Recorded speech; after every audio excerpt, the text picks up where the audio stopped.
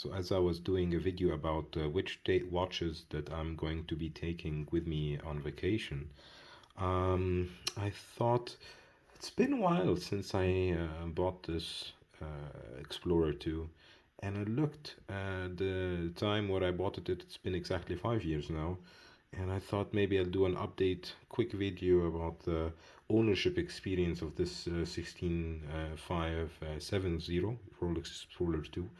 This is a 1997 model, and what's different between end of the 90s model, you have a transitional year, I think 1999, 2000, 2001. Between these 3 years, they switched from tritium, which is this one, to the super luminova, and in this transitional year it was luminova. So the difference will be on the 6 o'clock, as you can see here. I'll try to zoom in and focus. So you have Swiss T25. So that means that this one has the tritium dial, tritium hands, so it doesn't light up anymore. And in the transitional year you will find Swiss, and then after that Swiss made.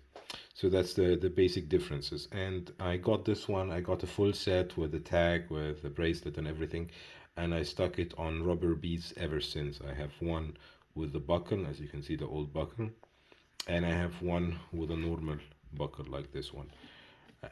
So basically black and white. So in the summertime and in the springtime I put it on white, and in the autumn and winter times I put it on the black one.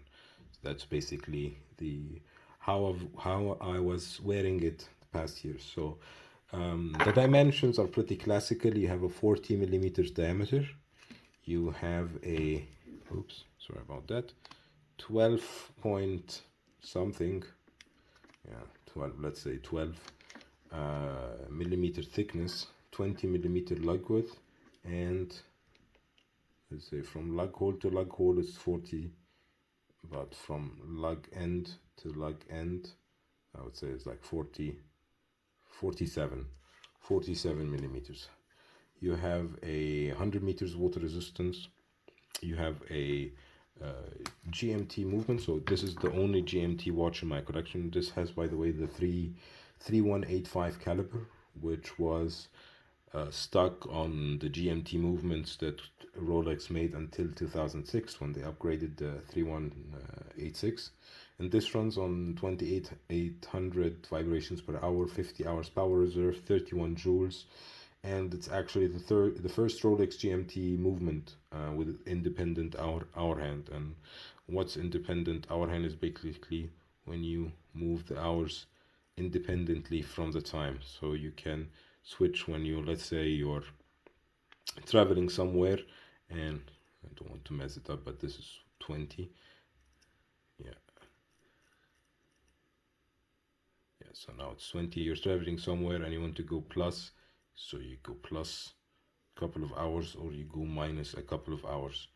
And the 3186 has the feature, or has the upgrade that doesn't jitter when you switch it, not like this one.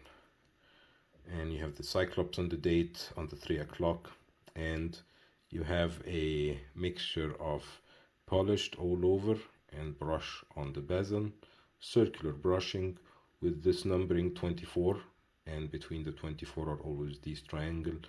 This is black paint. And actually a funny story, I had been offered, when I bought this one, the 16550, and it was like 1,000 euros more expensive.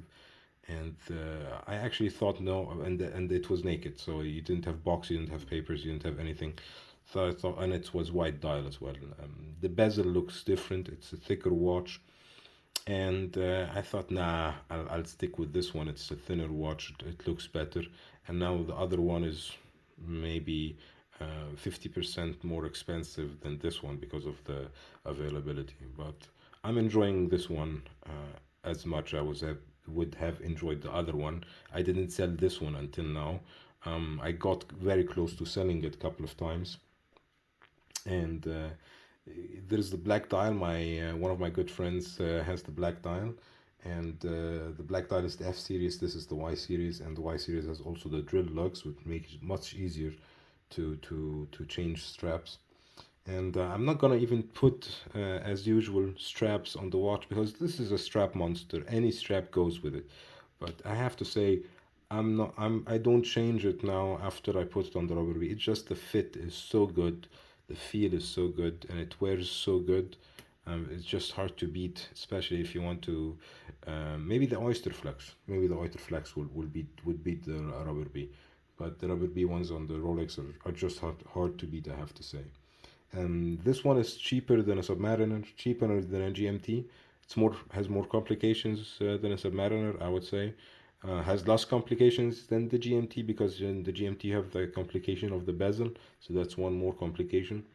But still, much cheaper than both of them, more unique, and I would say less edgy somehow, because this fixed bezel helps the watch look really like I wore it with this gray strap, gray crocodile leather strap, and it looked really nice on some form of let's say formal setting, work meeting.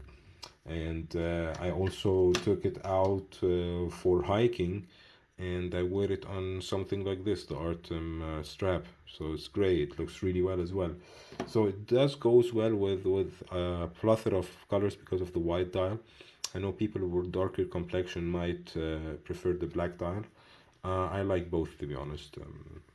And I like this one just because of this coolness of the red GMT hand. This is my only GMT watch. I usually either travel with this one or the one of the Casios or the Fortis. These are my like four go-tos when I'm traveling, depending on the destination and the duration and all the stuff. But definitely this one is, if you're looking to get yourself into a Rolex, the prices are scooping up, but not as much as people would have liked, to be honest, the people who own this watch. But to be honest, I don't care if it goes up, it goes down. I'm enjoying the watch. And if you like similar watch, if you want to get a GMT and you have a budget under the Submariner and you want to get a Rolex, this is the watch you should get. The 40mm one is much more wearable, I would say, for most people. And here is my wrist, 17.1 centimeter wrist on the side, on the back, to the front.